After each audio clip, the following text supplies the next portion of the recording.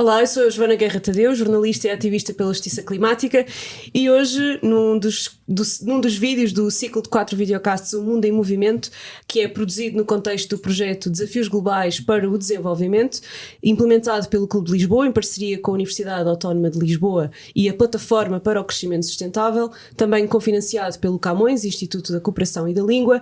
Para a sua realização contamos ainda com o apoio da UAL Mídia, e hoje vamos falar sobre ambiente e ação climática. Comigo tenho o prazer de ter o Afonso Neves Soares, que é formado em Ciência Política e Relações Internacionais na Universidade Nova de Lisboa e que tem tido uma forte participação cívica em Portugal e não só. Colabora com o projeto Os 230, que procura contribuir para o reforço da democracia e promover a participação cívica consistente de toda a sociedade. Ao lado temos a Andreia Galvão. A Andreia é atriz e ativista pela justiça climática e colabora e está organizada no movimento Vida Justa, que combate sobretudo desigualdades sociais. E aqui ao meu lado temos José Tiago de Sousa, que é licenciado em Economia e doutorando em Alterações Climáticas e Políticas de Desenvolvimento Sustentável, um doutoramento da Universidade de Lisboa. Tem focado o seu trabalho na sustentabilidade e políticas relacionadas com as alterações climáticas e começou recentemente a trabalhar com a Acnur, que é a agência da ONU que dá apoio aos refugiados. Muito obrigada por estarem aqui e muito obrigada a todos aqueles que estão a assistir a esta conversa. Nós hoje vamos falar então sobre a ação climática num contexto em que vivemos uma tripla crise planetária entre a perda acentuada de biodiversidade, a própria da crise climática e o aquecimento global e os problemas da poluição, da água, dos solos, da atmosfera, etc. Estamos a viver uma ameaça existencial à humanidade e à vida como a conhecemos. No entanto, a trajetória das emissões está a divergir grandemente daquilo que foram as metas estabelecidas pelo Acordo de Paris, portanto um acordo assinado pelos países no contexto da ONU. E a minha primeira pergunta para vocês é precisamente esta: ainda é possível cumprir o Acordo de Paris e os demais tratados e objetivos ambientais que as instituições internacionais estabeleceram, ou vamos de todo perder a esperança na força destas instituições? Andréia, se calhar começava por ti. Sim, eu por acaso quando vi a pergunta e que íamos responder essa pergunta, pensei em como há uns anos eu se calhar teria respondido de forma muito diferente, não só porque ainda havia um espaço temporal diferente para responder a estes desafios, mas se calhar porque se calhar essa pergunta é a mesma pergunta de quando se faz se é possível acabar com a fome no mundo e nós dizemos não, de facto há os recursos, de facto haveria os mecanismos e seria possível. E hoje, para mim, essa questão prende-se mais se há condições políticas para responder ao Acordo de Paris, e que parece-me que não há, no mundo em que o investimento para a guerra, em que o incentivo militarista tem um pendor cada vez mais forte, em que temos países como os Estados Unidos, já nem falo de países como a Rússia, que não respondem aos tratados ambientais ou não têm ambição de responder e estão mais focados na guerra económica. E se calhar se ainda há uma nesga de tempo em que seria possível ainda tentar responder ao Acordo de Paris, nós neste momento vivemos num mundo em que não há condições políticas para isso acontecer, no sentido em que os povos não têm a capacidade de implementar essas políticas aos seus governos. Nós tentámos fazer isso e depois hoje se calhar fazemos uma avaliação muito diferente das entidades governamentais, dos seus interesses na governação. Eu pelo menos faço uma análise muito diferente.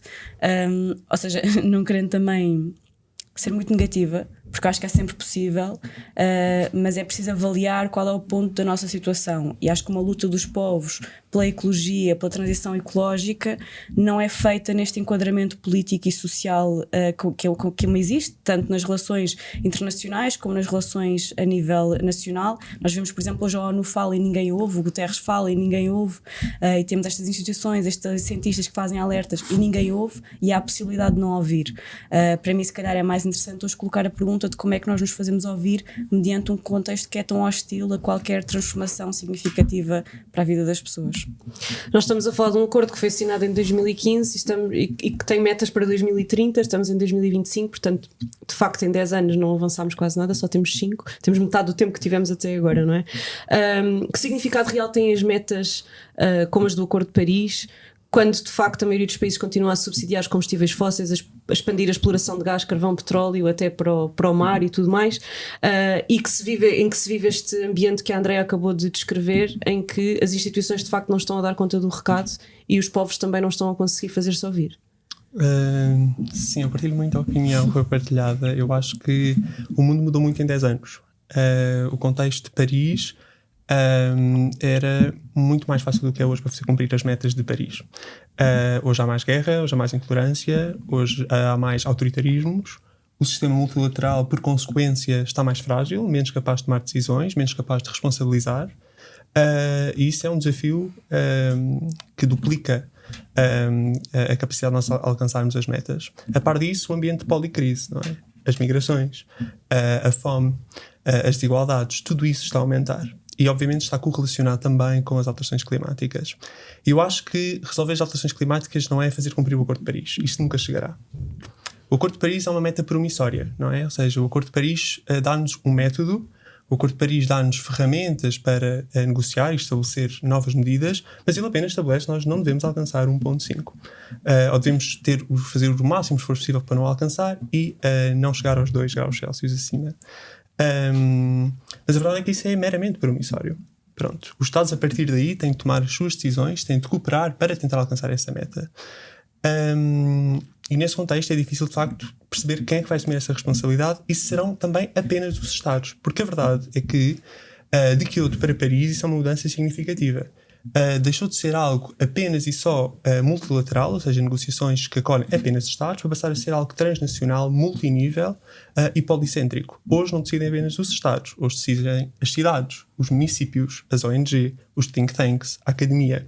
Todos são múltiplos centros de decisão que devem procurar coordenar-se e ter um consenso na adoção de políticas sustentáveis para a redução dos gases com efeito de estufa. Tiago, dirias que está na hora de rever os termos destes tratados internacionais e de abandonar a lógica da neutralidade carbónica e passar a exigir mais, ou seja, dívida ecológica, justiça histórica, ou seja, abrir a questão do Acordo de Paris, que é só uma promessa, para algo de mais concertado e de mais exigente?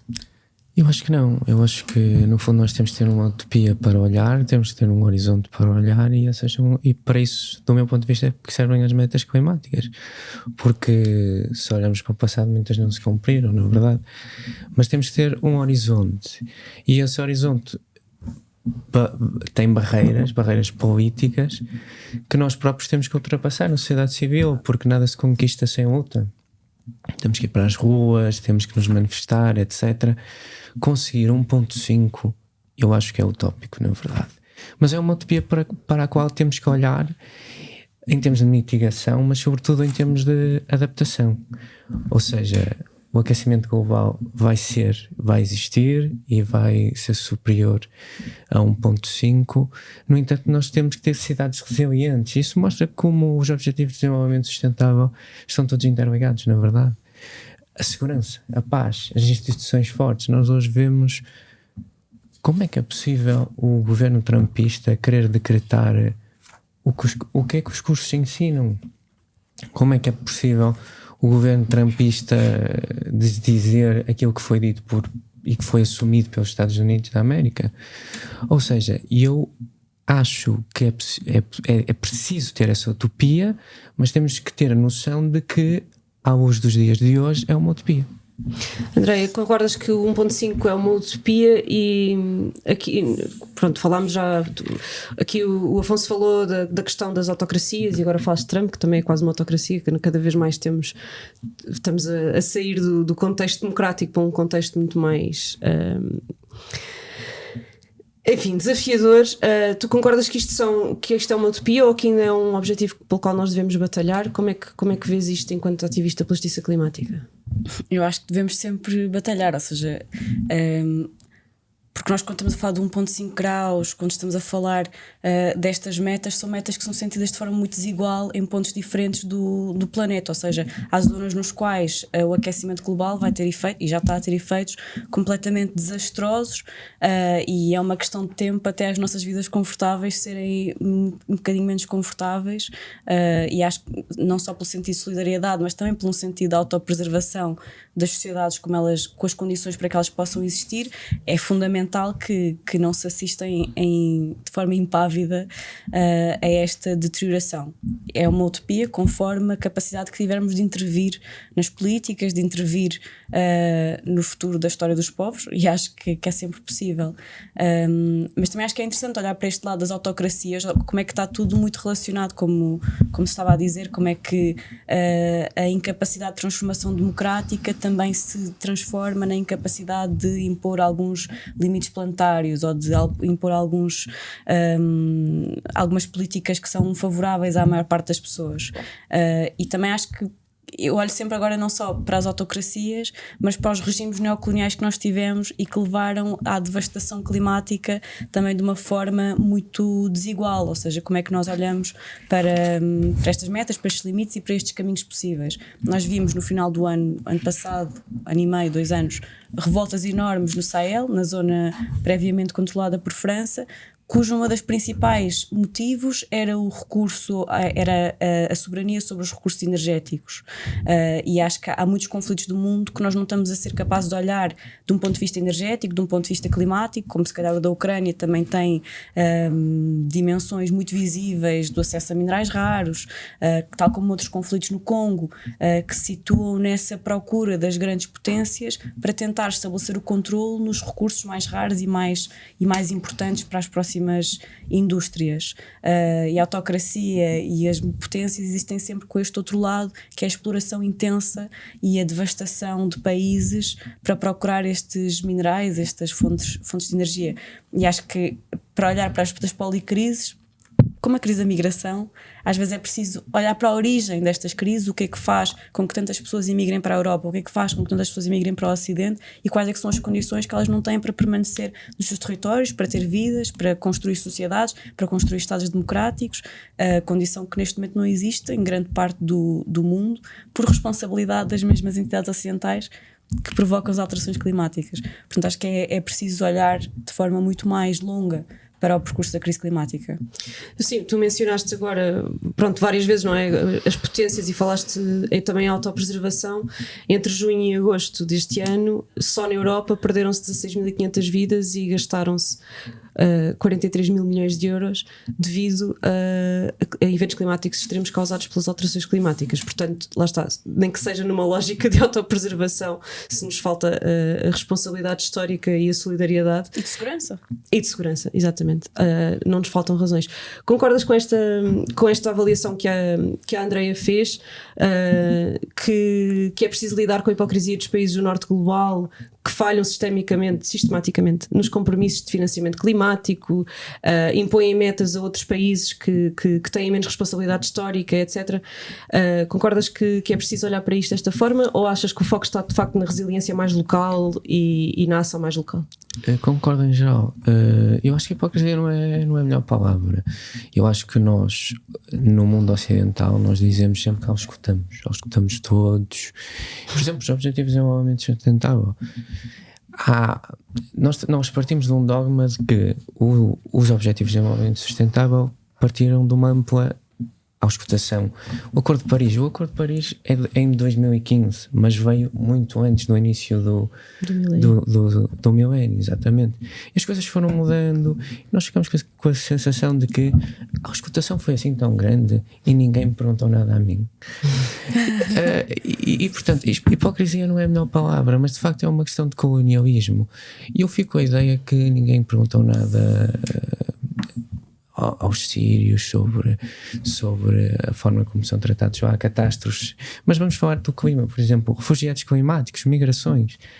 Eu queria trazer a questão dos refugiados para pensarmos: quando as ilhas do Pacífico ficarem submergidas por água, quando é que vamos ter quando é que vai haver um estatuto de refugiado climático? Pergunto.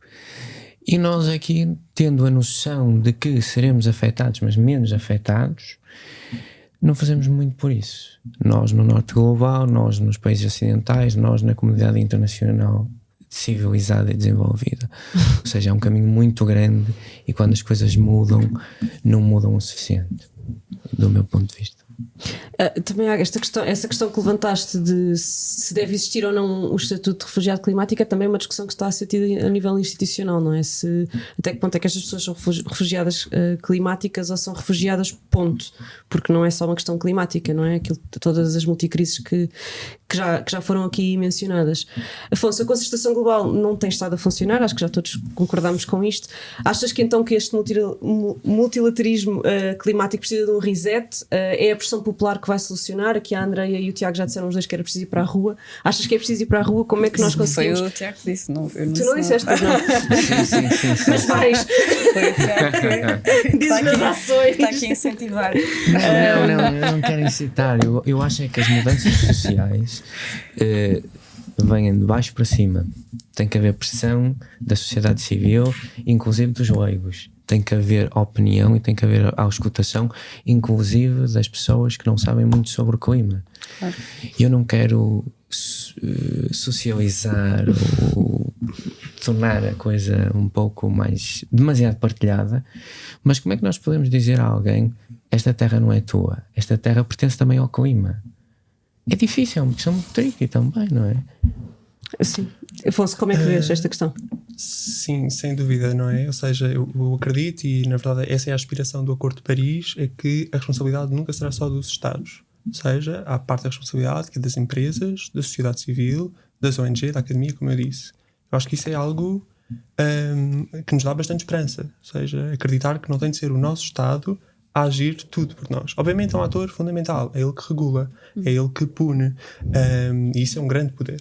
Eu não quero relegar esse poder, mas eu acredito mesmo que as cidades competirem entre si, por exemplo, por políticas mais verdes, por mais sustentabilidade urbana, isso também pode ser um fator que impulsiona o combate às alterações climáticas. A competição como incentivo? Sim, especialmente, por exemplo, no caso europeu, entre as cidades, não é? Por exemplo, o C40 e outros grupos, eu acho que são verdadeiros impulsionadores da mudança, mais do que fóruns multilaterais que reúnem Estados. Acho que isso, no caso das alterações climáticas, por ser um desafio tão complexo, vai ser, ou seja, não vai ser de facto uma negociação multilateral por si a resolver.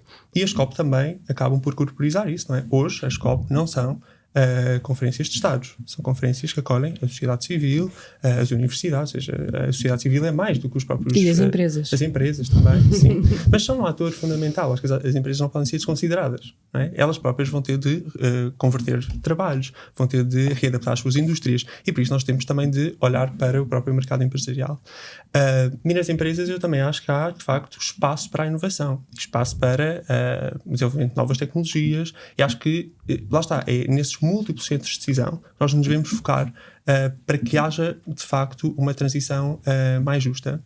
Relativamente ao Acordo de Paris e ao 1.5, eu também acho que é, de facto, utópico hoje. A ciência vai mostrá-lo em poucos meses, certamente. O último relatório do IPCC também mostra isso, não é? Com as políticas atuais, chegamos ao 3,1.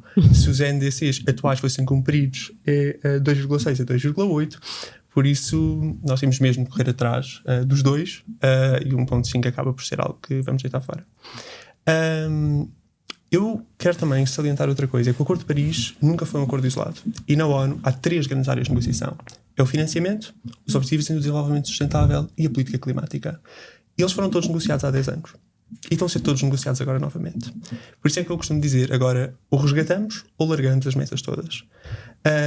De facto, pronto, no âmbito das alterações climáticas, passámos de Kyoto para Paris. Este ano temos a revisão dos NDCs e, mais uma vez, ou de facto há mais ambição e vamos caminhar para não chegar aos 2 graus Celsius, ou então vai haver uma crise planetária. No âmbito do financiamento, igual. Por isso, tivemos o plano de ação de Addis Abeba. Este ano tivemos em Sevilha o compromisso de Sevilha.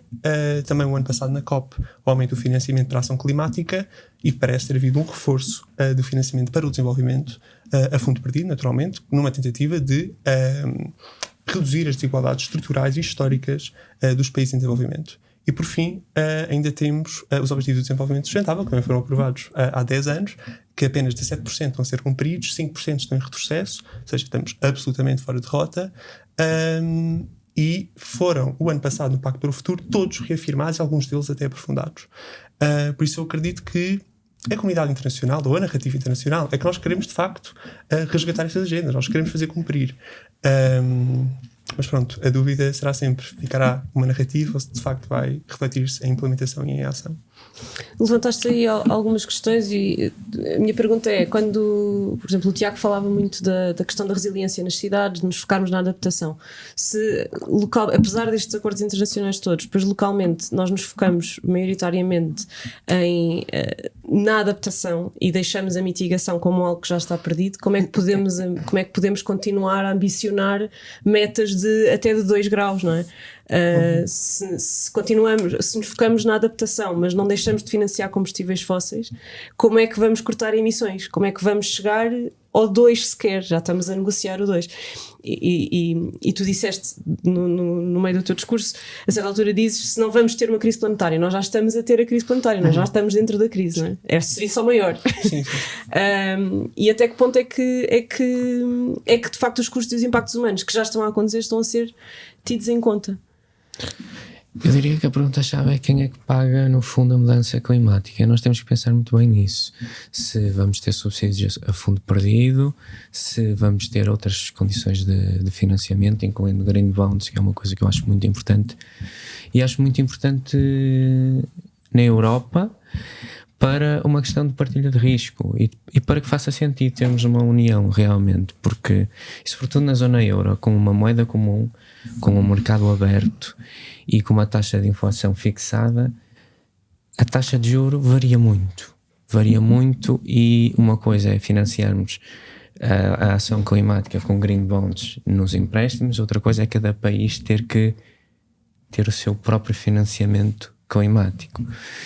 Portanto, eu diria que a questão fundamental é quem é que vai pagar a ação climática, com que eficiência é que isso se fará, e sobretudo nós temos que desconstruir a narrativa oposta, que no fundo também insere um novo risco, que é o risco de um momento para o outro isto deixa de ser uma causa importante. E é isso que eu lamento, mas muitas autocracias estão a tentar passar essa mensagem e aumentar o risco.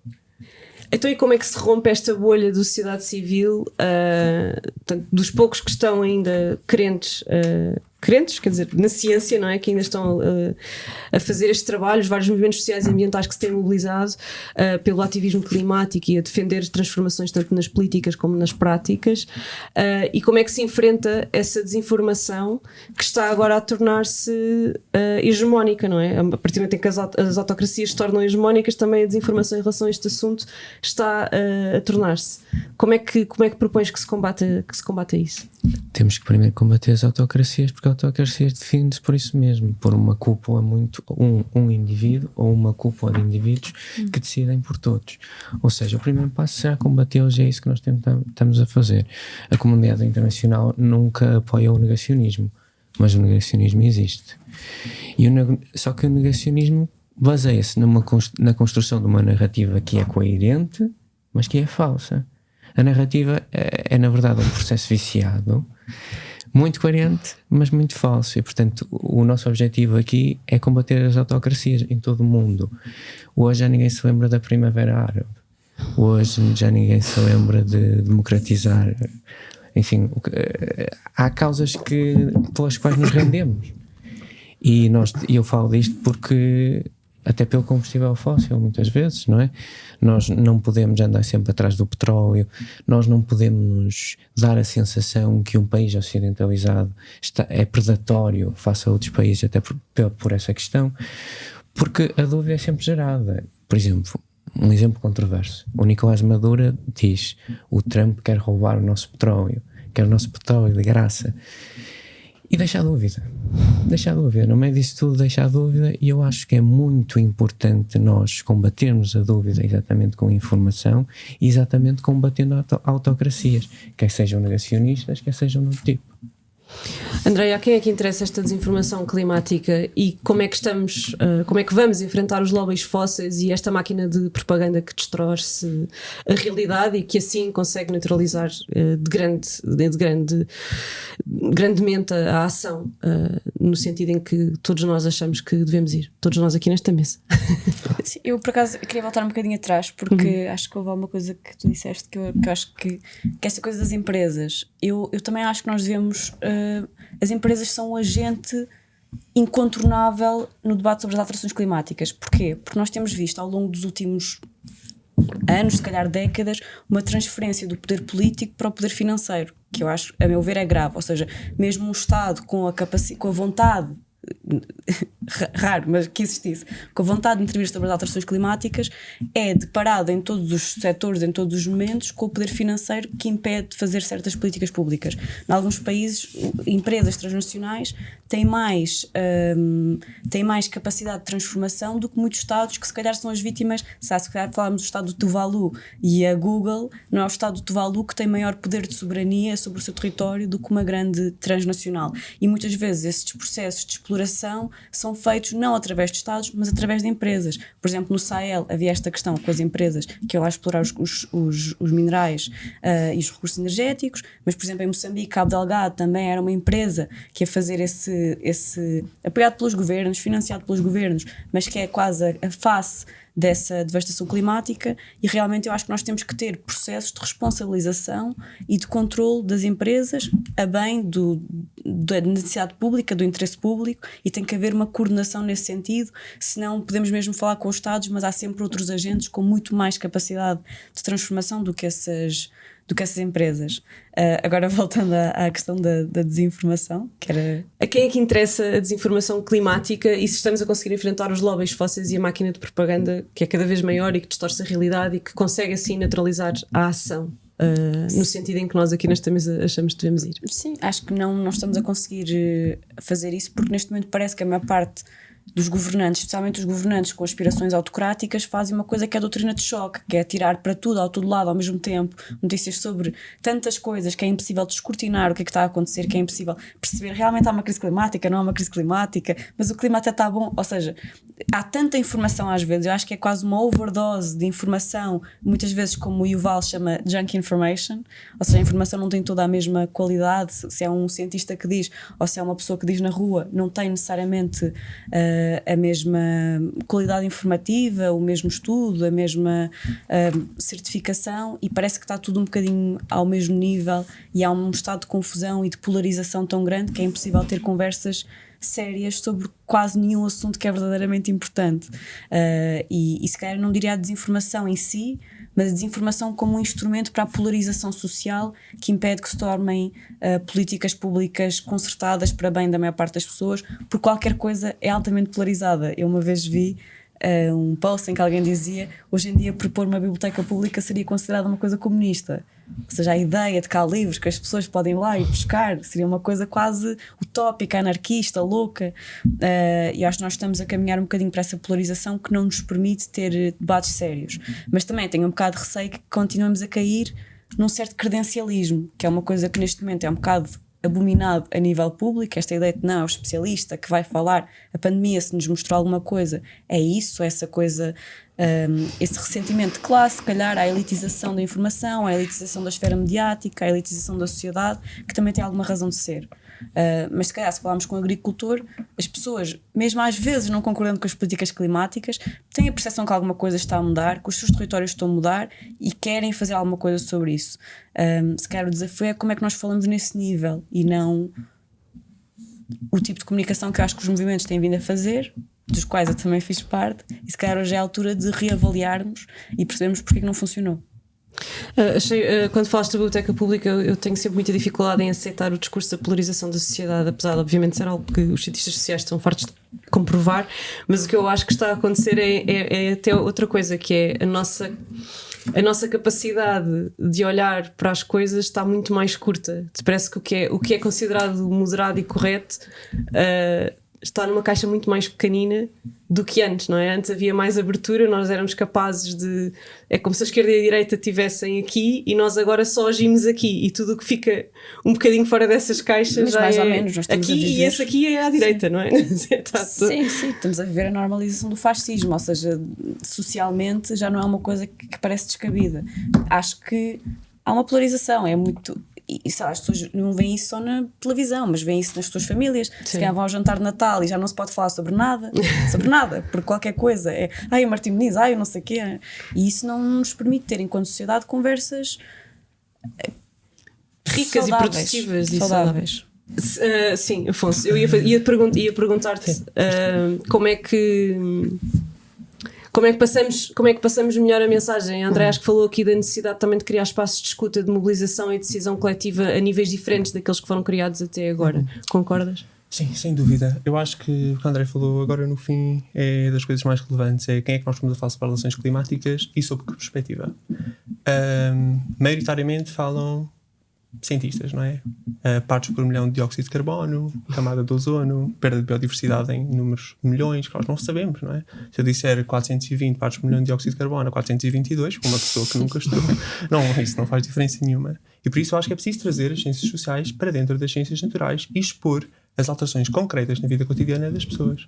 E alterar a narrativa. Tem mesmo de ser feita uma alteração na narrativa. Explicar como é que os salários reduzem e porque é que está relacionado com as alterações climáticas, porque é que hoje a alimentação é mais cara e como é que isso também está relacionado com as alterações climáticas.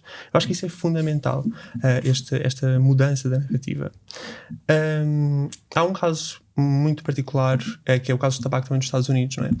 Que é muito recente e foi uma verdadeira campanha de desinformação que gerou dúvida, que o objetivo foi impulsionar a dúvida na sociedade sobre o tabaco é saudável ou não é saudável.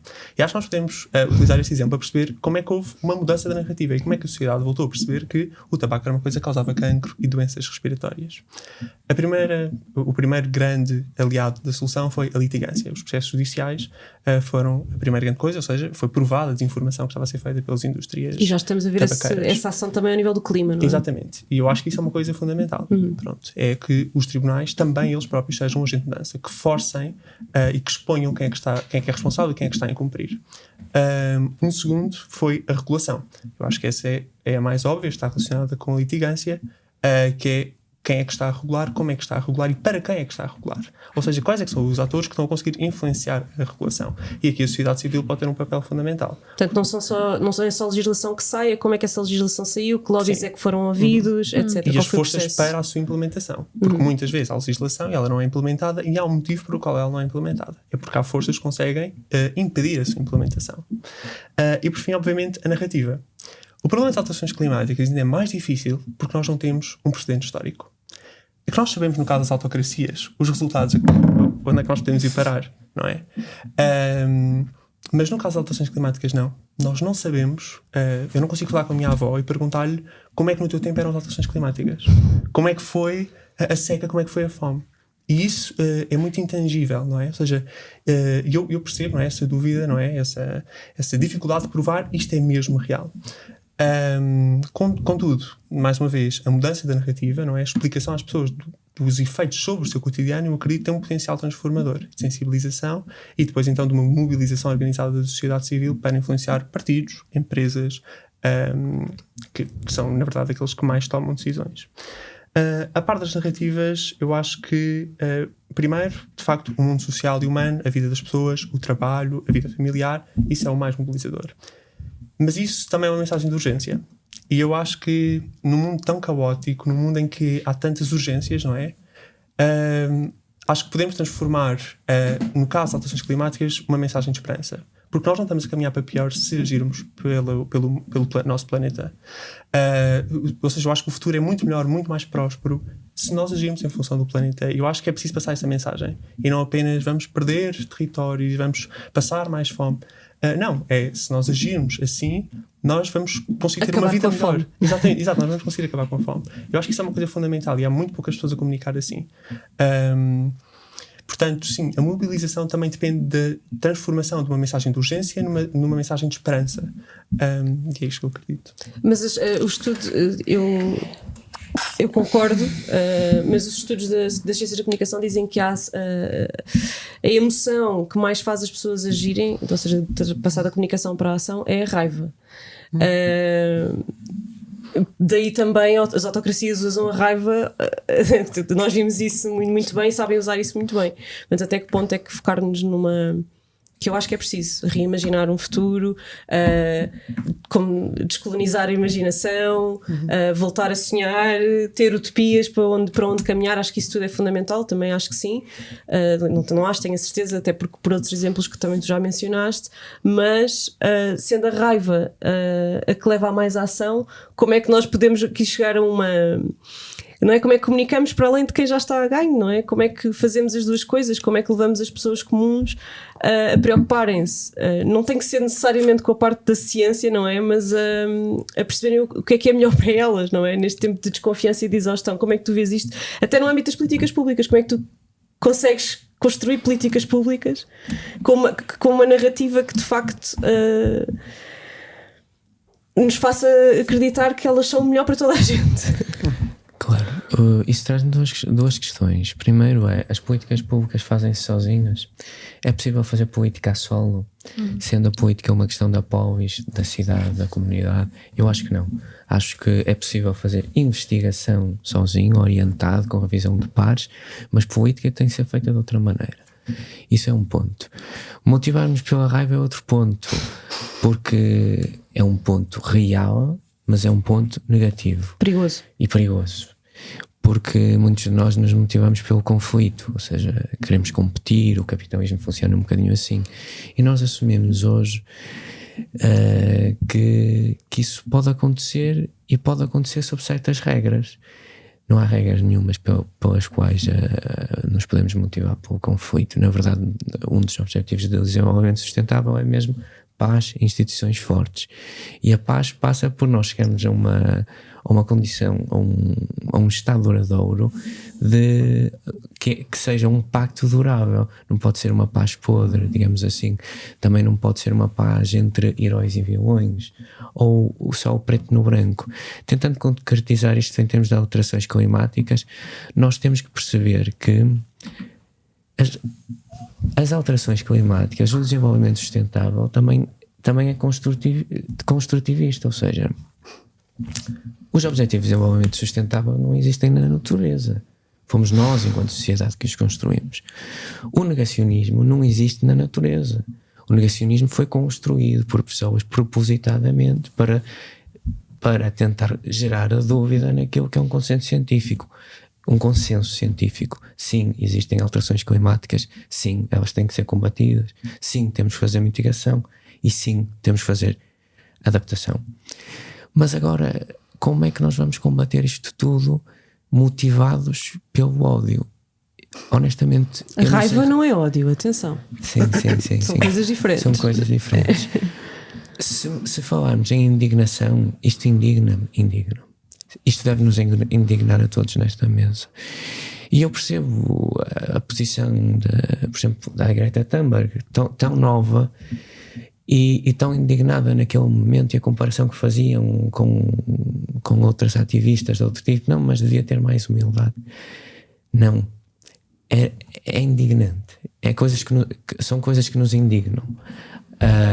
O poder às vezes humilha de cima para baixo. E eu penso que é muito difícil nós chegarmos a uma solução duradoura, uma paz positiva, motivados pelo conflito, mas é a realidade que temos.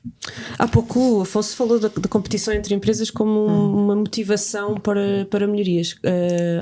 Queria-vos perguntar aos dois, Andreia e Tiago, como é que veem esta questão da competição neste sistema que é capitalista? Se também acham que pode ter este resultado positivo, ou se é maioritariamente uma coisa má? Eu por acaso discordo com o Tiago no ponto anterior. Sim. E acho que é interessante, mas não... acho que é difícil ver historicamente muitas mobilizações, ou a maior parte das mobilizações, até diria, não foram por necessariamente convicção ideológica. Mobilizações em massa.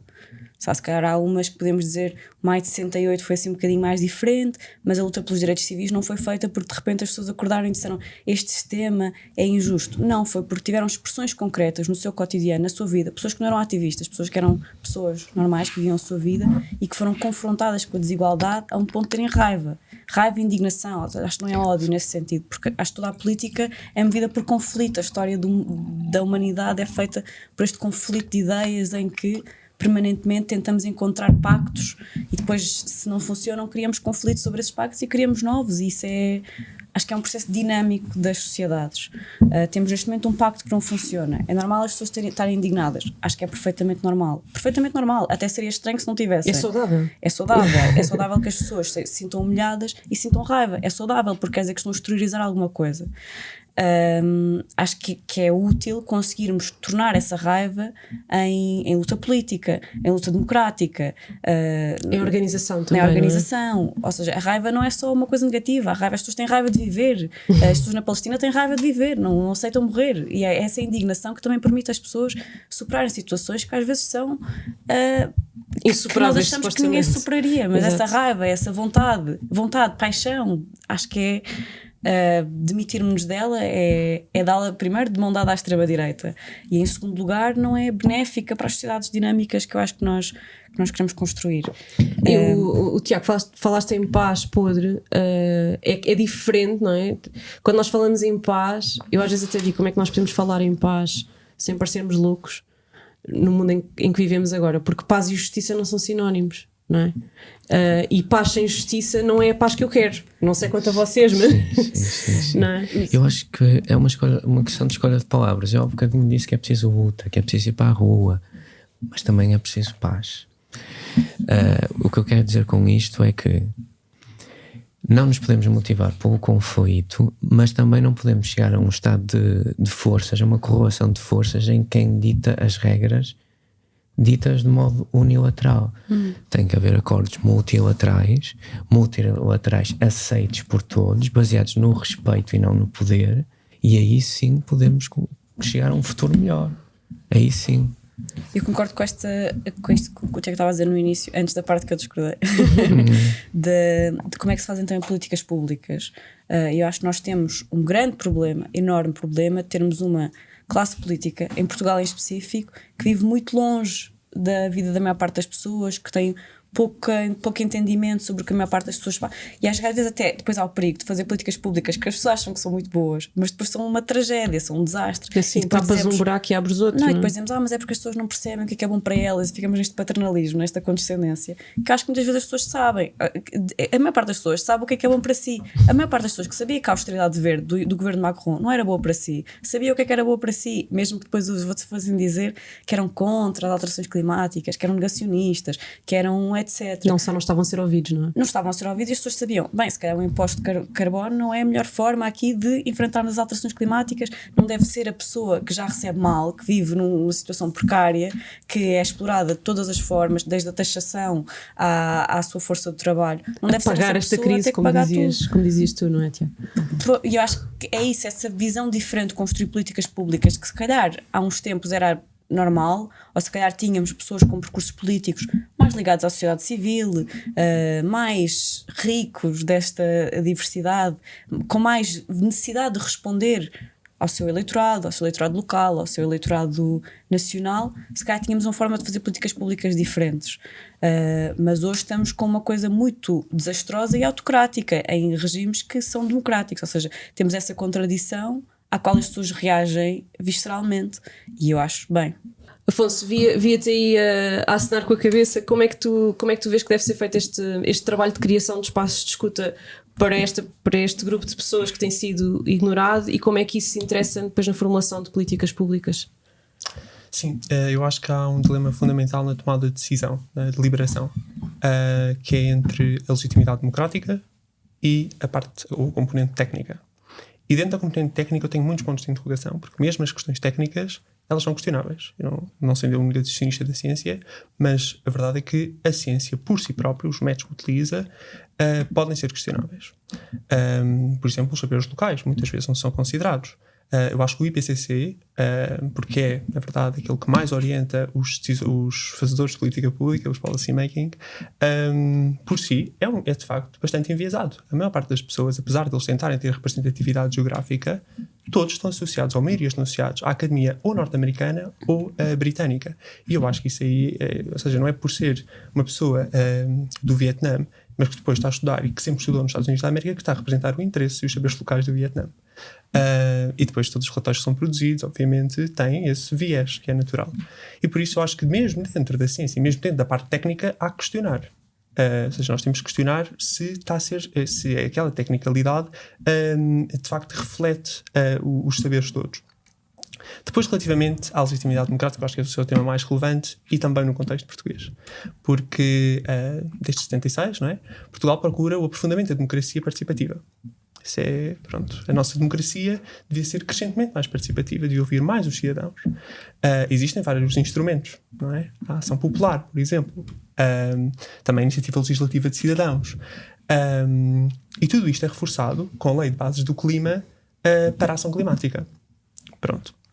E aí nós temos, mais uma vez, é reforçado a ação popular, no caso o incumprimento da lei, depois as sessões públicas a pedido dos cidadãos, para esclarecimento sobre as políticas climáticas que foram decididas em Portugal, o portal para a ação climática, e dentro do portal para a ação climática, que não está criado, e depois ainda o Conselho para a Ação Climática, que enfim, devia ter pelo menos uma pessoa jovem, que isso também é bastante debatível, não é? Se um jovem é suficiente, se não é, por questões de justiça intergeracional. É o token. Exatamente, o tokenismo. Mas são, de facto, esta lei, de facto, corporiza o aprofundamento da democracia participativa com um foco muito específico, é a ação climática. Mais uma vez, isto é apenas isso algo programático, porque ela não estando a ser cumprida, é sem dúvida uma lei ambiciosa. E que, pronto, lá está, integra estes elementos, mas se não for cumprida, nada interessa. Eu acredito, portanto, que sim, é deste equilíbrio entre, enfim, algo mais tecnocrático, não é? De quem tem esse conhecimento técnico sobre as alterações climáticas, mas também da legitimidade democrática, e que ela é obtida através de campanhas de sensibilização e informação, ou seja, chegar ao pé das pessoas e mostrar porque é que aquela política é de facto boa e eficaz, que nós podemos criar políticas públicas que não têm muita contestação. Porque sem dúvida que as políticas climáticas elas são muito contestadas, porque lá está, porque não é explicado às pessoas os impactos, os resultados que aquela política vai ter. Eu acredito então neste equilíbrio. Antes de seguirmos, queria perguntar-vos só mais uma coisa aqui nesta questão da força da sociedade civil, que é o que é que têm a dizer sobre o crescimento da repressão a ativistas, tanto climáticos, tanto da justiça climática, como a criminalização do protesto a favor da Palestina, etc. Como é que vocês veem isto e como é que relacionam isto com as questões que estamos aqui a debater? Eu julgo que, mesmo quando não há opressão clara, há alguma dissuasão. Há alguma dissuasão porque quando nós vemos muitas forças de segurança em torno de poucos manifestantes, eu acho que isso é dissuador. Portanto, eu acho que nós estamos a avançar para uma época em que factos alternativos estão a comprometer a nossa liberdade e estamos a ser tolerantes demais com os intolerantes, e isso é muito grave ao nível da ação climática e do negacionismo climático. Voltando aqui à questão das metas que é preciso cumprir, das mudanças que é preciso fazer, das políticas que é preciso aprovar, como é que se assegura uma transição ecológica que seja simultaneamente sustentável, equitativa e justa, que tenha em conta tanto os fatores humanos como os sociais e os económicos? Quem é que define transição justa? Como é que incluímos as vozes dos trabalhadores, dos povos indígenas, dos saberes locais, quando estes planos, e há pouco já se criticou, já se disse que a mudança vem de baixo para cima, mas os planos continuam a vir do topo para a base? Isso é uma pergunta enorme, e acho que há uma parte óbvia, que é esta questão da auscultação que se deve fazer e que não é feita, mesmo quando nós temos alguns processos de alguma intervenção a nível de política pública, são processos que são muito restritos, ou seja, que pessoa é que nós conhecemos, normal, que vai realmente marcar uma reunião para decidir, perguntar se este projeto que está a ser feito na sua terra é realmente, ou seja, não é qualquer pessoa que faz isso, já são pessoas com pelo menos um alto capital cultural, algumas com algum capital político, alguma relação, com alguma capacidade, ou então pessoas que são associadas a ONGs ou a grupos mais... Isso está estudado na Europa e é muito interessante ver que de facto as pessoas que têm maior rendimento financeiro são também as que têm maior capital político. não só por terem o ouvido das pessoas que têm o poder mais próximo delas nos seus círculos pessoais, mas também porque têm a capacidade de conhecer os mecanismos e de os utilizar, Claro. e terem tempo e disponibilidade e conhecimento para os utilizarem. Isso está estudado e a desigualdade é enorme. E acho que essas percepções nós vamos ter, até diria mais, eu acho que no ativismo climático é, se calhar, de vários ambientes ativistas que eu já conheci, o mais elitizado nesse sentido, ter mais pessoas com uma classe média e média alta, enquanto em alguns, sei lá, na vida justa, a maior parte das pessoas que fazem militância são pessoas que fazem por necessidade, porque percebem que na sua situação concreta têm que se juntar a outras pessoas para fazer pressão, porque sozinhas não conseguem responder São os dois tipos de ativistas que nós temos: os que têm tempo para ser ativistas e têm o luxo de ser ativistas, e os que não têm nada a perder. Sim, e voltando um bocadinho a esta questão da repressão, nós de facto vemos essa repressão a ser feita de forma mais violenta, mas estamos a ver uma sociedade que é cada vez mais repressiva. É repressiva da pobreza. Nós, por exemplo, temos agora na crise da habitação que estamos a viver, o que o governo decidiu é flexibilizar a lei dos despejos, ou seja, nós temos repressão a vários tipos de níveis, a repressão dos ativistas da Palestina sobre o discurso, e é um processo que nós, se calhar, por estarmos numa sociedade tão polarizada, as pessoas acham que se é repressão àqueles é ok, mas depois não percebem que a repressão funciona de forma multidirecional. Nos Estados Unidos agora podem reprimir as pessoas que falam do Charlie Kirk, mas depois se calhar não pensam que, se for um governo democrata ao poder, também podem usar os mesmos mecanismos que o governo atual está a usar para fazer uma repressão discursiva. E isso, acho que isso é uma coisa que nos deve preocupar muito. Mas no âmbito da construção de políticas diferentes, claro que é importante a auscultação, mas também acho que é importante uma análise política que nós fazemos se todos os intervenientes têm os mesmos interesses. Eu acho que não. A análise que eu faço é, de forma mais simplista possível, é que há interesses antagónicos. Há pessoas que têm interesse em especular, há pessoas que têm interesse, empresas transnacionais que têm interesse em adquirir cada vez mais propriedades, fazer cada vez mais especulação, seja imobiliário, seja terra, seja terreno, seja minerais, para criar esta capacidade de aumentar o seu capital. E acho que a maior parte das pessoas que têm cada vez menos instrumentos democráticos têm necessidades que eu acho que são humanistas no sentido mais geral, são aspirações humanistas de preservar a soberania, preservar os territórios, preservar a sua capacidade de existir. Enquanto ao mesmo tempo temos pessoas que querem acumular, há pessoas que estão a lutar pelo direito básico de existir, ter uma vida minimamente digna, ter o direito de permanecer nos seus territórios. Portanto, a auscultação é importante, mas acho que não pode ser feita sem considerar que há interesses antagónicos, que são de classe, que são de poder, que estão em permanente disputa, e que as pessoas com menos capacidade de intervir sobre ela são as pessoas com menos capital financeiro, com menos capital cultural e com menos capital político. Portanto, eu acho que nós temos que, nos nossos movimentos, construir formas em que estas pessoas podem efetivamente participar, porque nos próprios movimentos isto não acontece, não é só na política pública. Se os movimentos climáticos não conseguem falar com os agricultores, não conseguem falar com as pessoas que sentem a crise climática na pele, as pessoas que são pobres, que não conseguem falar com sindicatos, que vivem nas favelas, que são os trabalhadores, os trabalhadores das indústrias que vão ter que ser convertidas, e depois os ativistas vão lá e querem impor uma transição, que também é uma coisa que eu acho escabrosa.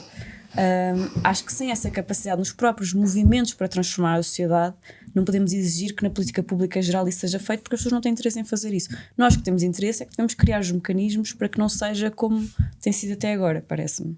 Afonso, que mecanismos é que temos para contrapor isto que a Andreia tão bem descreveu? Como é que nós podemos voltar a centrar as pessoas no tema da transição, em vez de em nome da ação climática estarmos a criar mais divergências, a militarizar fronteiras, a precarizar trabalho, a excluir comunidades, etc. Sim. Eu acho que é preciso baixar os níveis, ou seja, não é preciso a escala internacional, ou seja, não é preciso ir os ativistas necessariamente para uma COP, não é preciso ser à escala nacional e, enfim, influenciar a legislação nos parlamentos, não se calhar nem municipal, se calhar pode ser dentro da própria empresa em que trabalham, ou dentro da escola, ou dentro da instituição em que estão inseridos, na paróquia. Eu acho que é preciso baixar os níveis. Ou seja, o indivíduo tem de expressar a sua opinião, não é? O seu poder decisório, a deliberação tem de ser, se calhar não é no Parlamento Nacional, se calhar não é os deputados dos 230 que estão de facto dispostos a ouvir, mas se calhar a empresa está.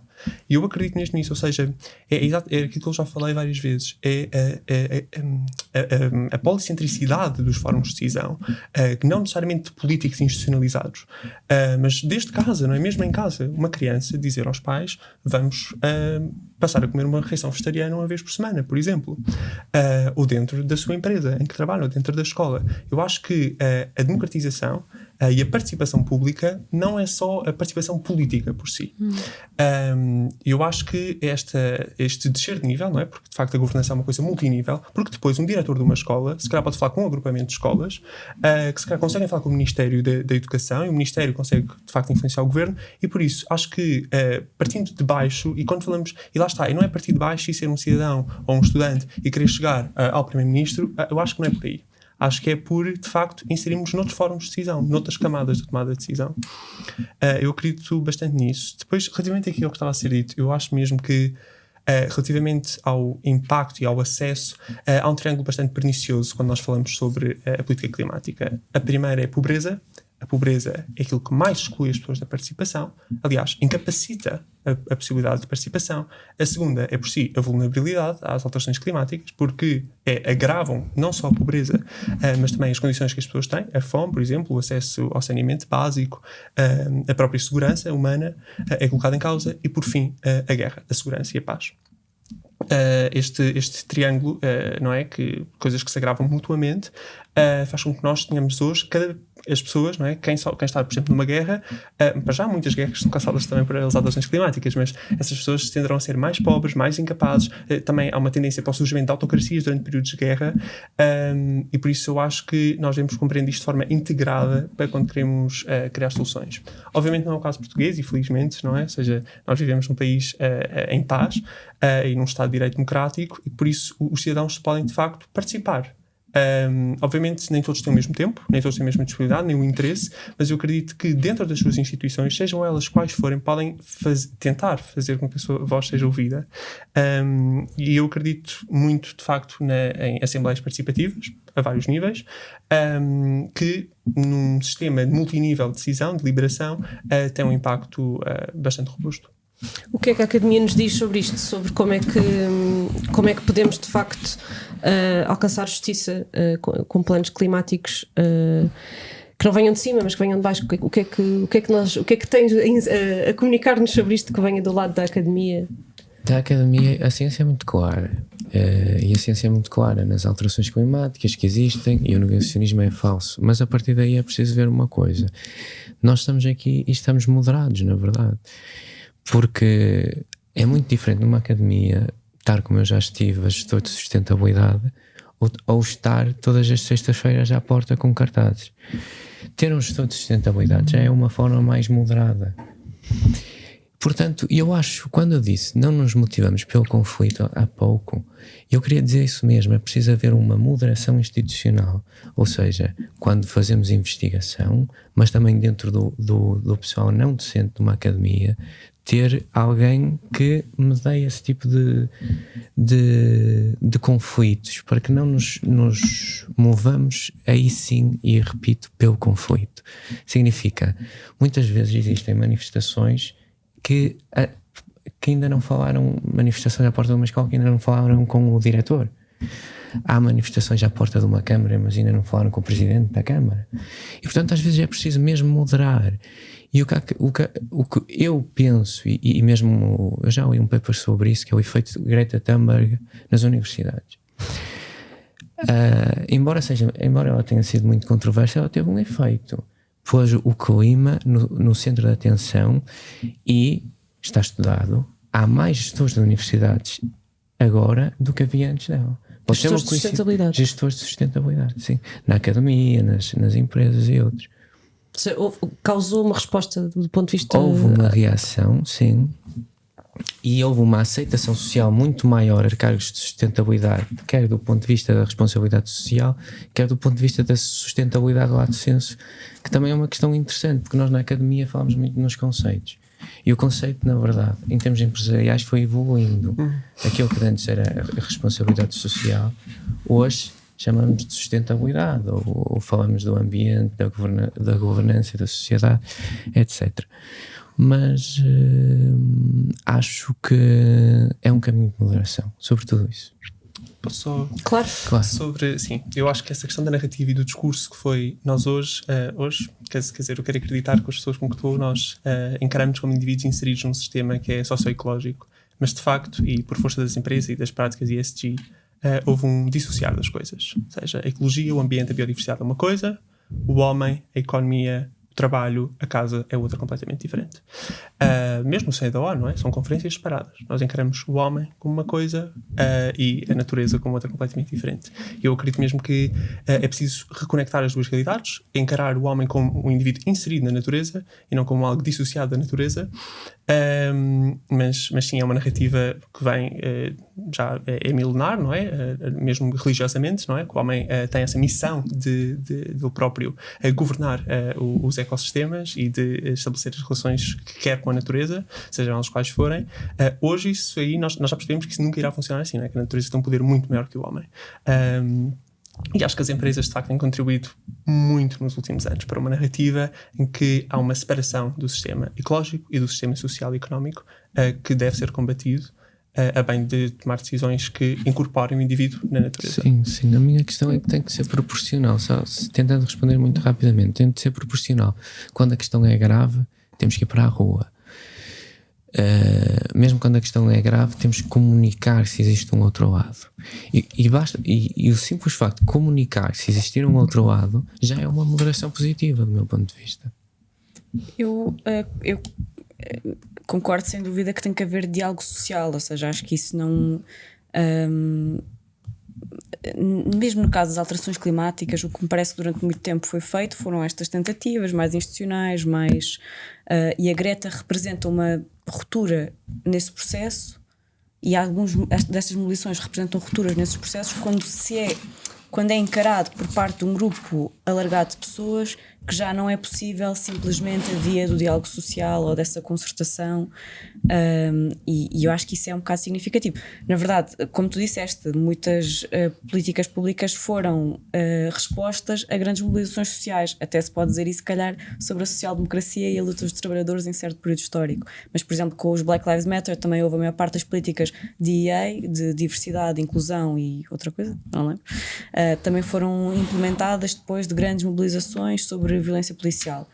Eu não gosto muito da palavra moderação, porque moderado não é um sítio estanque, não é? Na política, nós, eu e a Joana temos a mesma licenciatura, das primeiras coisas que aprendemos é o Overton Window, e como o Overton Window muda conforme as pessoas que estão a falar, ou seja, se temos alguém a dizer fascismo e outra pessoa a dizer se calhar não devíamos acabar com tudo, de repente a janela está aqui e é muito mais difícil ter posições que seriam aceitáveis previamente. O próprio Martin Luther King dizia que o grupo social em que confiava menos eram os brancos moderados, que colocavam a segregação racial e a luta contra a segregação social como duas faces de um extremo que não são, uma extremista e outra não é. Que não são. Eu acho que às vezes custa-me a palavra moderação, porque sei que é instrumentalizada para chamar radicalismo a coisas que nós se calhar há uns anos achávamos que é perfeitamente aceitáveis, se calhar ainda há mais anos achávamos que até eram parte do processo democrático e da saúde democrática, que haja manifestações, que haja diálogos sociais, que haja a greve está a ser posta em causa agora com o novo pacote laboral. Exatamente. E o lugar da moderação como se fosse um sítio estanque, que eu gosto muito de dizer, não, temos que ser moderados, mas moderado não quer dizer nada politicamente, ou seja, moderado depende do contexto, moderado depende do contexto social, histórico, temporal, e eu acho que às vezes é radical manter certos princípios, mas é fundamental mantê-los numa altura em que eles são gravemente ameaçados. É radical agora ser pró-Palestina, é radical ser ativista climática, que são considerados radicais. Nós podemos todos assumir um passo atrás e dizer... Temos governos a considerá-los terroristas. Nós podemos todos assumir um passo atrás e dizer, pá, eu não sou radical, eu só quero ser moderado. E depois ficamos numa posição em que a luta se torna inviável e se torna impossível, porque nós as pessoas que são ativistas agora estão-se a disponibilizar à repressão. E a ser chamados radicalizados e à repressão do Estado. E acho que esse cuidado discursivo também é importante, porque torna essas lutas como coisas terroristas e coisas que parece que são fora do espectro democrático, entram no âmbito da criminalidade, quando nós queremos lutar para que sejam parte do diálogo social. Queres responder? Eu queria responder que sim, por vezes é preciso até desobediência civil, mas tem que ser, mas em casos graves sim, claro. E como é que se define a gravidade? Acho que é contextual também, concordo. É contextual, claro. Como é que se define a gravidade? Essa é a grande questão. E a gravidade não se... Quem é que a define? E quem é que a define? A lei define isso. Mas se houver, eu tenho uma abordagem extremamente legalista nesse aspecto. Sim. Se houver desobediência civil, Não é a lei que define. Não foi o cumprimento da lei que acabou com o apartheid. Claro. Portanto, é sempre difícil. E, portanto, eu percebo. Se há opressão da parte do Estado, às vezes temos que ser um bocadinho mais radicais desse ponto de vista. Não podemos ser excessivamente radicais ao ponto de não percebermos estamos todos no mesmo barco. Embora exista aquilo a que chamamos uma elite sustentável e os ativistas, embora exista uma sustentabilidade mais moderada e uma sustentabilidade mais radical, somos todos humanos e estamos aqui para falar, mesmo que por vezes possamos divergir. Quando tu dizes estamos todos, referes-te no campo Todos da no luta mesmo social? barco. Ou estás a dizer a humanidade em geral? A humanidade em geral, porque a crise climática é uma crise humana. O universo vai ficar cá na mesma. Acredito que possa haver um colapso mais generalizado, uma ideia apocalíptica. É uma ideia normalmente associada a crenças religiosas, mas se nós não fizermos continuamente nada, se as coisas continuarem como estão, vamos ter colapsos localizados. Sim, é uma crise existencial, como dizíamos no início, mas acho que aqui, Tiago, vejo-te aqui com uma posição mais de criar colaboração, criar cooperação entre diferentes maneiras de chegar a um objetivo, que é que esta crise existencial não se efetive. E o que a Andreia se calhar está a dizer é que apesar de a mensagem final de todas estas pessoas ser que esta crise existencial não se efetiva, a crise existencial vai chegar a uns primeiro que as outras e esses interesses não coincidem. Não necessariamente, os interesses não coincidem, mas, na minha opinião, mas eu acho que é uma crise humana, no sentido, é uma coisa que envolve toda a humanidade, mesmo quem acha que pode escapar, se calhar vai escapar durante algum tempo ali num bunker, mas eventualmente, quer dizer, nós somos seres sociais, vivemos integrados numa sociedade, ninguém é uma ilha.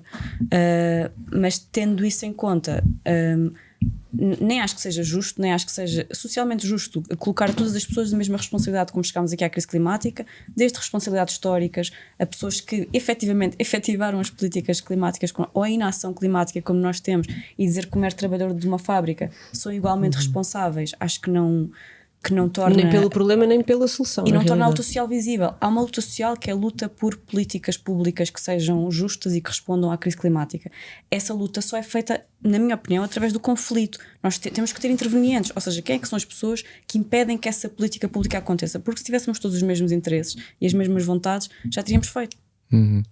Eu não queria tomar muito tempo, mas ia só dizer assim: eu também já fiz manifestações, promovi manifestações pela Reserva Ornitológica de Mindelo. Tu é que defendeste manifestações no início deste podcast. Sim, eu também já fiz manifestações, e as manifestações é pela luta, mas a luta não é necessariamente o conflito, é perceber que do outro lado, mesmo quando há uma empresa, podemos nomear várias empresas que têm lucros enormes, apesar de terem emissões enormes e que não compensam da mesma maneira. Podemos nomear várias. Acho que não seria politicamente correto fazê-lo aqui. Do mesmo modo, também podemos olhar para Isto sob meu desafio, apeteceu começar a dizer empresas em catadura, mas força, vamos controlar. Ou seja, nós temos que pensar que, na verdade, eu não quero parecer demasiado religioso, mas um cristão pode pecar, pode se redimir. Claro e às vezes cristianismo marca-se por isso, não é? Exatamente. E às vezes quem está à frente de uma empresa, quem está a lucrar muito, não tem que ser castigado por isso. Nós temos que ver que o pecado é diferente do pecador. Eu peço desculpa pela linguagem, mas o pecado é diferente do pecador. E era muito por aí que eu ia pegar, era dizer que em termos climáticos nós temos que unir a sociedade nessas auscultações e não podemos alimentar divergências que não haja comunicação. O meu ponto é mesmo esse. Eu acho que antes de fazermos uma manifestação em prol da Reserva Ornitológica de Mindelo, nós temos que dizer: olha, nós não concordamos com os estradões que foram abertos numa área protegida. É só isso.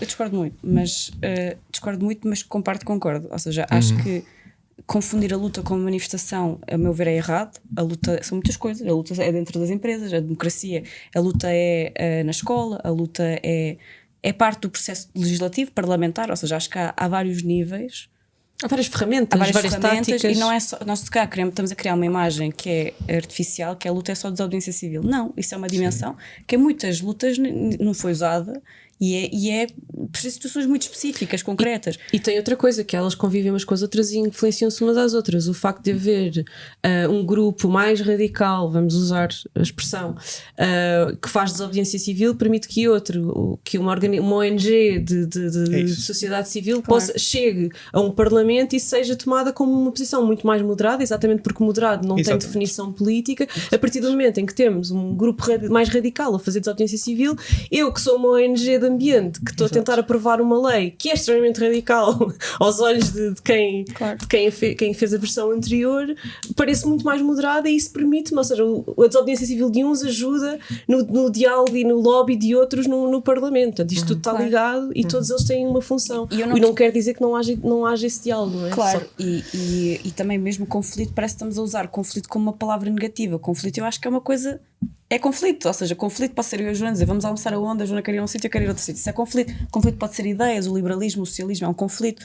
Ou seja, para a sociedade avançar sempre houve conflito sobre determinadas coisas, conflito entre eu acho que é por aqui, tu achas que é por aqui. E acho que há um conflito quando há um conflito de classe, em que há pessoas que eu estou a ganhar dinheiro aqui e tu queres tirar-me esta fonte de rendimento. É um conflito, ou seja, mesmo que cheguemos à conclusão, se nós fôssemos todos seres iluminados, íamos sentar-nos e dizer, se calhar para o bem da humanidade...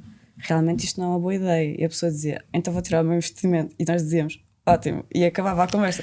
Só que como isso não acontece, eu acho que nós precisamos de responsabilidade. E isso é o facto de vivermos num Estado democrático, de direito. Claro que eu acredito que as pessoas têm, e nós temos que nos absolver uns aos outros, não é? Sim, claro. Pronto, acho que isso é uma coisa pessoal. Sobretudo ao nível individual, não é? Acho que é uma coisa pessoal, mas eu acho que nós às vezes também nos ajudamos uns aos outros ao responsabilizar-nos, ao dizer, quer dizer, se nós permitíssemos que as pessoas que fizeram a Segunda Guerra Mundial andassem porque elas fizeram um processo de purga interna, chegaram à conclusão que fizeram mal e agora está tudo bem, acho que socialmente nós também precisamos às vezes de processo de responsabilização. Quer dizer, uma pessoa que tem uma empresa que mata milhões de pessoas, pecou e agora pediu perdão, é suficiente? Não. Acho que não. Eu acredito na reabilitação, acredito. E tornando um bocadinho mais técnica, sem querer interromper, por exemplo, mercados de carbono. Nós emitimos, fazemos a poluição, fazemos o mal e pagamos. Ou seja, pintamos de verde aquilo de mal que fizemos. E estou seguro que estamos de acordo sobre isso, não é? Portanto, eu acho que até aumentaram as emissões, não é? Exatamente. O que eu acho que é preciso é nós avançarmos várias ideias, fazermos um brainstorming consistente, porque apesar de tudo nós estamos aqui sentados também é moderado. Sim, sem dúvida. Mas eu acho que é moderado, que estamos sentados a falar, não temos só com facas nas mãos. Eu acho que se calhar estamos a usar moderado de forma diferente, não é? E acho que se calhar o que o Tiago está a tentar dizer, acho que o Tiago, achas que é necessário que as mesmas pessoas que façam a manifestação sejam as mesmas que contactaram o diretor da faculdade? Não. Ou a partir do momento em que tu sabes que o diretor da faculdade foi confrontado com esse assunto, tens o direito a organizar uma manifestação mesmo que não tenhas sido tu, não é? É preciso que são as mesmas. E a maior parte das vezes aqui em Portugal, aquela que é a luta social em que eu e tu já estivemos envolvidas, nós sabemos que são as mesmas pessoas. Infelizmente que são quase sempre os mesmos. Isso é um mau sinal. Que é péssimo sinal, mas sabemos isto. Mas isto para dizer que também não estás a dizer que a manifestação não é útil, não estás a dizer... A manifestação é muito útil, claro. Já fiz. Mas se nós tivermos uma sustentabilidade moderada e eficaz, podemos ficar pela sustentabilidade moderada. Se a sustentabilidade moderada não for eficaz, aí sim temos que ir para a desobediência civil. Mas quando falamos eu posso empregar um termo que eu gosto mais do que a moderação, que é o consenso. Eu acho que é a capacidade de cedência. Empresas, governos, sociedade civil, manifestantes, acho que todos nós, se queremos de facto ouvir-nos uns aos outros, temos de estar abertos a ceder as nossas posições. E por natureza, uma pessoa mais radical, quando cede, torna-se mais moderada. Pronto, talvez aí seja um uso melhor dos termos. Até quando o moderado cede, torna-se mais radical. Pois, estás a ver? Não sei. Mas portanto, sim, ou seja, e as tendências não são iguais para todos também. Eu acho que isso também é relevante. Ou seja, nós não podemos esperar sempre que todos estejam aptos a ceder da mesma forma. Sim, o André há pouco falou, é diferente tu cederes o teu meio de subsistência ou cederes uma posição ideológica. Não, e até o exemplo, nós temos, em Portugal temos 1/5 de pessoas hoje em risco de pobreza. A conclusão lógica seria as outras pessoas cederem a sua riqueza. Lá está, mas e isso não não é o fazemos. consensual. Mas isso Não é consensual, mas estou a dizer, mas se nós virmos para a responsabilidade social do geral, pelo grupo, dizemos, então quer dizer, nós temos 1/5 de pessoas em risco de pobreza. A maior parte são trabalhadores e pobres. Trabalhadores a ficar mais pobres. Ao mesmo tempo temos uma transferência de riqueza que está a vir desta pobreza. Qual é que seria a posição moderada? Eu queria responder que eu estou em total acordo que o capitalismo é um sistema que nos obriga a conflitos, porque há classes em oposições e há interesses diversos, não é? O Marx abordou isso. Qualquer empresa lucra com ter o seu exército industrial de reserva, que são os desempregados, por exemplo. Os imigrantes? Ou mesmo os imigrantes. Eu concordo com essa parte e percebo essa parte, ou seja, a desigualdade é muito injusta.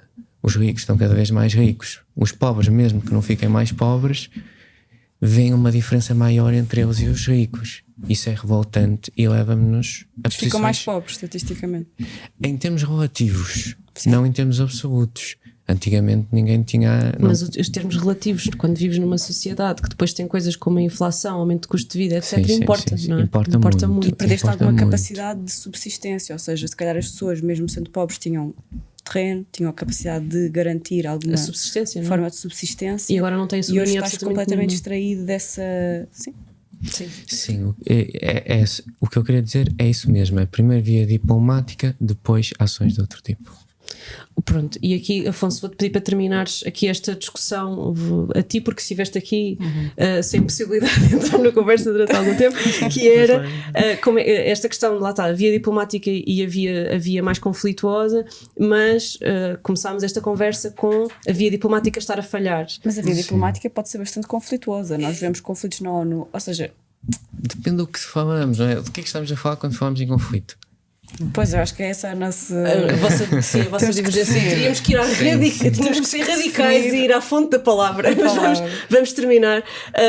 Afonso, como é que tu dirias, para tentarmos aqui fechar, a quem nos está a ouvir e que sente, como nós aqui todos sentimos, que temos de fazer alguma coisa e que temos um papel nisto, apesar de não termos todas as mesmas responsabilidades, etc., acho que todos concordamos que a nossa responsabilidade vai muito para além de separar o lixo lá em casa. O que é que dirias a quem nos está a ouvir agora?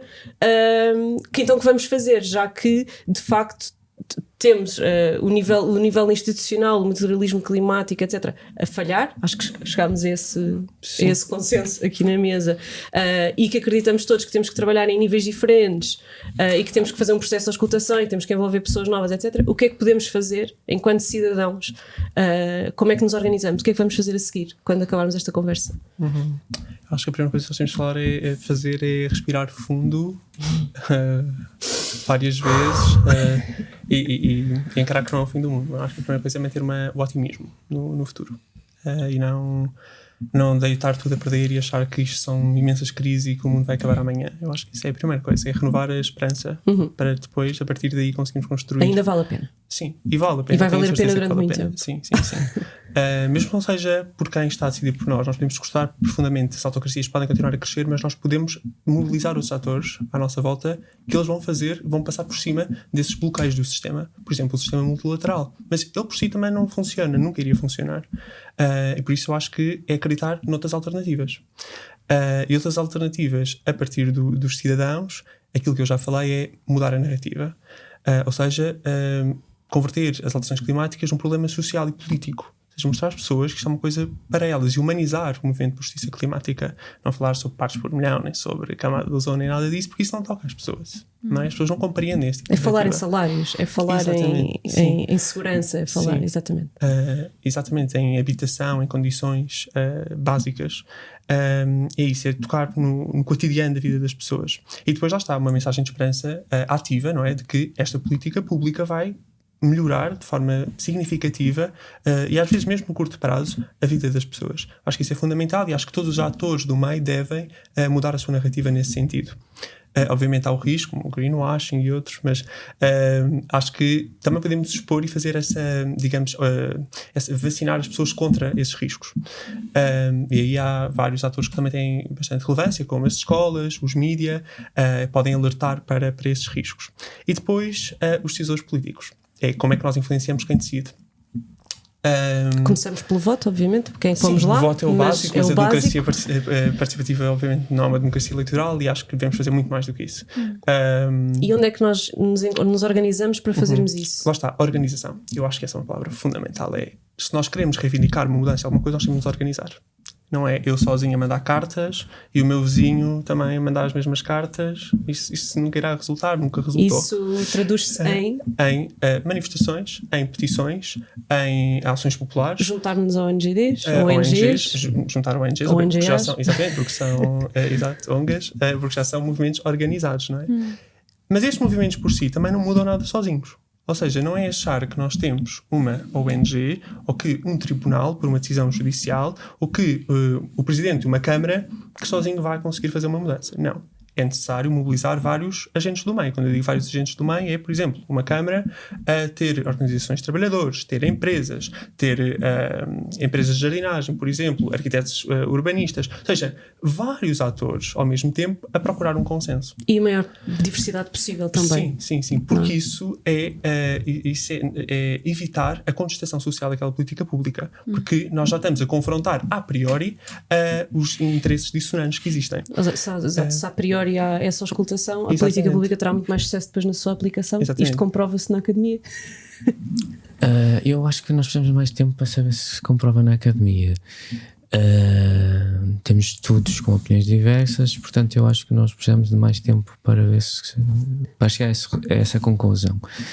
Acho que podemos todos concluir que o debate é essencial, que termos o cuidado de cuidar das nossas narrativas também é extremamente importante, e que a organização será a chave. A organização a todos os níveis e o mais diversa possível será, sem dúvida, parte da solução para este problema que é gigante, mas que nós cortaremos às fatias e enfrentaremos conforme conseguimos, dentro daquilo que é o nosso poder.